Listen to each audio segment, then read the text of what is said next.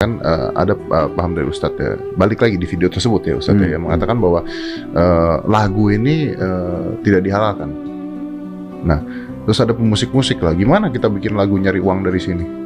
Kalau tidak boleh oleh agama dan Ustadz mengatakan itu tidak baik. Tidak, saya tidak pernah mengatakan lagu. Saya mengatakan alat musiknya, gitu kan. Jadi saya bilang di klarifikasi saya yang terakhir itu, lagu Indonesia dan syair-syair tidak ada masalah sama sekali. Bahkan itu adalah hal yang harus kita hormatin karena disusun oleh para pejuang kita. Dan dengan itulah semangat pejuang memperjuangkan Indonesia kan. Tapi yang dibahas oleh ulama adalah masalah alat musik. Ada yang membolehkan dan tidak membolehkan. Sebatas itu saja. Dan saya tidak sedang membahas tentang masalah musiknya, gitu kan. Ya sudah. Termasuk kalau Indonesia melantunkannya, saya yakin kita semua akan melantunkan sama. Gitu kan. Nah, kalau misalnya Indonesia melantunkan atau misalnya ada penyanyi di Ustadz gitu menggunakan alat-alat musik yang menurut Quran gitu misalnya ini tidak baik, kan ini kan ada paham-paham yang berbeda Ustadz. Nah kan mereka akan protes mengatakan bahwa kita pemusik loh, kita nyari duitnya dari sini. Ya itu dia tergantung berpegang pada pendapat. Gini Mas Din, kan kalau kita misalnya contoh yang lain punya satu penyakit ya, kemudian kita datang kepada dua dokter yang berbeda, kemudian dua dokter ini menilai dengan yang berbeda, memberikan resep yang berbeda. Apakah kita harus langsung memvonis dokter yang satu salah atau tidak kan gitu? Nah, dalam sikap seorang pemusik atau sikap siapa saja, seorang aktivis, seorang pengusaha, selama dia Muslim, tentu dia akan kembali kepada agamanya. Dan kami ini adalah corong-corong penyampai agama kan gitu. Nah pada saat dia tanya ke saya akan sampaikan apa yang saya pahami selama ini. Menurut ilmu Anda gitu kan, ya, ilmu Ustaz. Ya, Oke. Tentu saja. Saya nggak mungkin mengumumkan semua Indonesia harus mengikuti pendapat saya, tidak. Tapi lingkupnya sederhana. Mas Dedi hadir di taklim saya. Ustaz Khalid, ini hukumnya apa? Terus saya jawab. Kan gitu, sebatas itu. Menjawab apa yang ditanyakan. Iya. Dan pada saat misalnya Mas Dedi datang ke Ustaz lain dan dia jawab, itu hak dia. Dan Mas Dedi mau milih pendapat yang mana, silahkan. Artinya Ustadz kalau di sini ada seorang pemusik nih ya, penyanyi pakai alat musik, Anda tidak memusuhi orangnya? Enggak, sama sekali. Sama sekali. Saya tidak pernah, alhamdulillah, memusuhi orang. Jadi gini, pemahamannya sederhana. Kalau ada dalam Islam yang saya tahu selama ini ya, orang melakukan sebuah pelanggaran, dia dusta misalnya, pendusta, penipu. Apa yang harus kita lakukan? Kita sedang meluruskan kesalahan itu, bukan fisiknya. Kita nggak boleh sama sekali membenci fisik. Karena fisik nggak ada hubungannya gitu.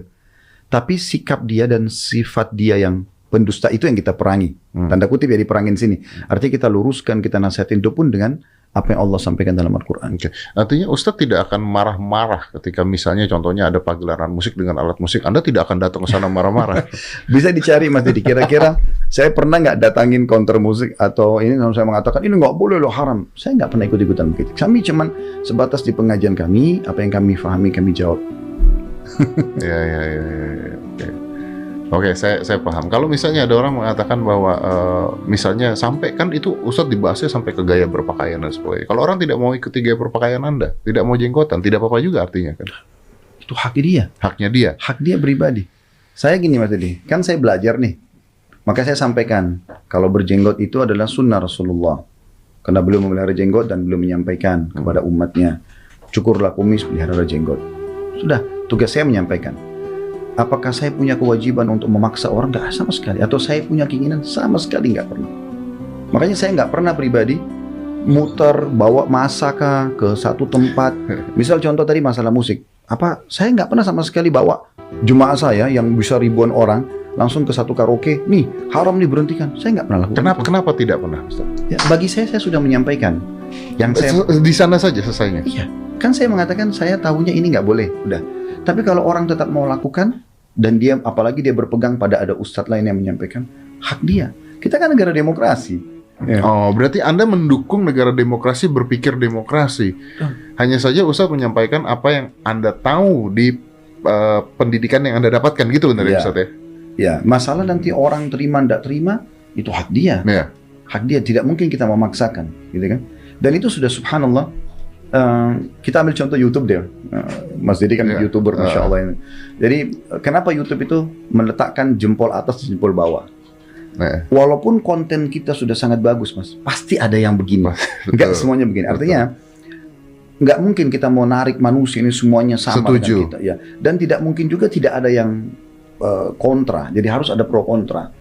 Yang mau nerima, alhamdulillah. Tidak mau terima, silakan. Cuman yang saya sayangkan memang kalau selalu kita digiring kepada sebuah opini, kalau udah ini orang sedikit aja yang dianggap satu kesalahan dengan ini berarti sudah anti NKRI, ini berarti sudah pemahaman radikalis. Padahal lingkupnya tidak sebesar itu gitu.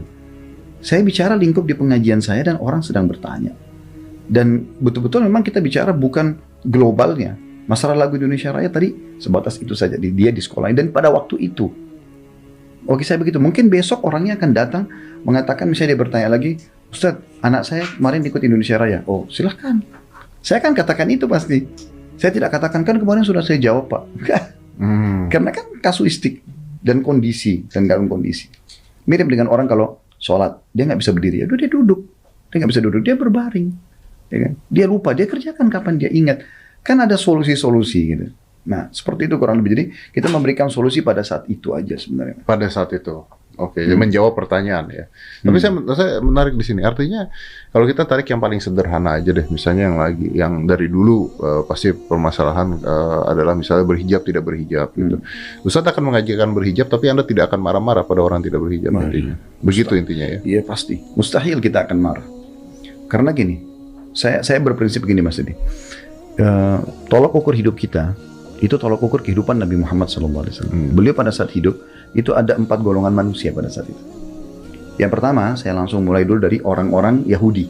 Di Madinah itu ada 4 suku, ada 3 suku, Kainuqa, Nadir, dan Quraidah. Dan mereka pada saat Nabi Muhammad SAW masuk ke Madinah tidak memaksa mereka dengan Islam. Nabi Muhammad SAW mengajak mereka masuk Islam. Pada saat mereka nolak, dibiarkan.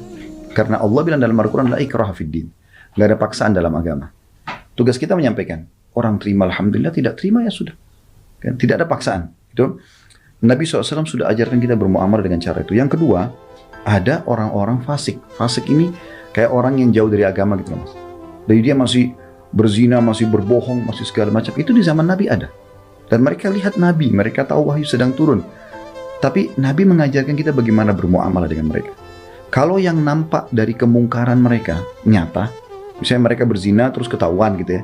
Nah itu baru diproses hukum. Kalau yang nggak ketahuan, Nabi SAW tidak mau proses hukum. Sampai pernah ada sahabat datang mengatakan, ya Rasulullah, saya berzina, hukum saya.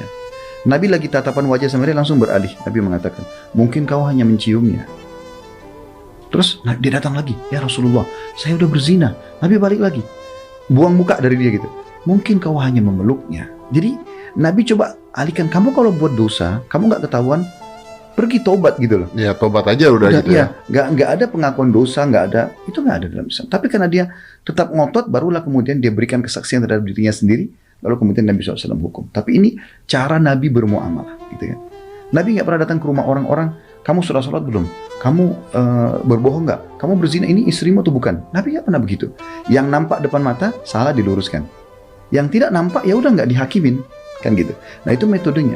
Jadi bagi saya, apa yang saya pahamin, kalau ada yang salah secara agama, saya ingatkan saja di medsos. Mereka ikut, alhamdulillah. Mereka tidak ikut, nggak ada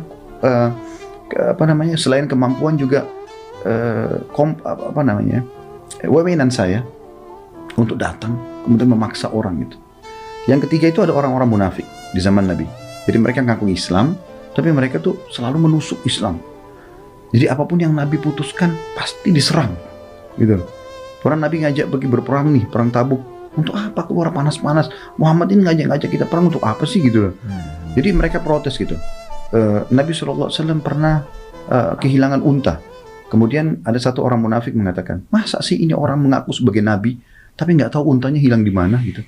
Terus Nabi bilang, ketahuilah saya manusia biasa, saya cuma tahu apa yang diinformasikan oleh Allah melalui wahyu. Dan saya memang tidak tahu unta saya di mana. Tapi sekarang wahyu sudah turun menyampaikan unta saya ada di lembah ini, terikat tali kekangannya di dahan pohon ini, ambillah. Maka para sahabat pun pergi mengambilnya. Tapi bahasa beliau, saya manusia biasa. Nah, beliau pun menghakimi, bermuamalah dengan orang munafik ini. Ada hadir dalam majelis beliau, diterima. Sholat bersama muslimin, diterima. Pergi jihad, silahkan. Tapi kalau ketahuan apa yang mereka lakukan salah dan nyata, kepergoklah ya, maka diluruskan. Yang terakhir itu adalah orang-orang beriman. Ini yang keempat. Nah, orang beriman ini yang selalu senantiasa meluruskan 3 golongan ini. Yang kafir diajak beriman, yang fasik tadi diajak tinggalkan maksiat, yang munafik ini diluruskan, diajak untuk kembali memurnikan keimanannya. Mereka terima, alhamdulillah. Mereka tidak terima, selesai.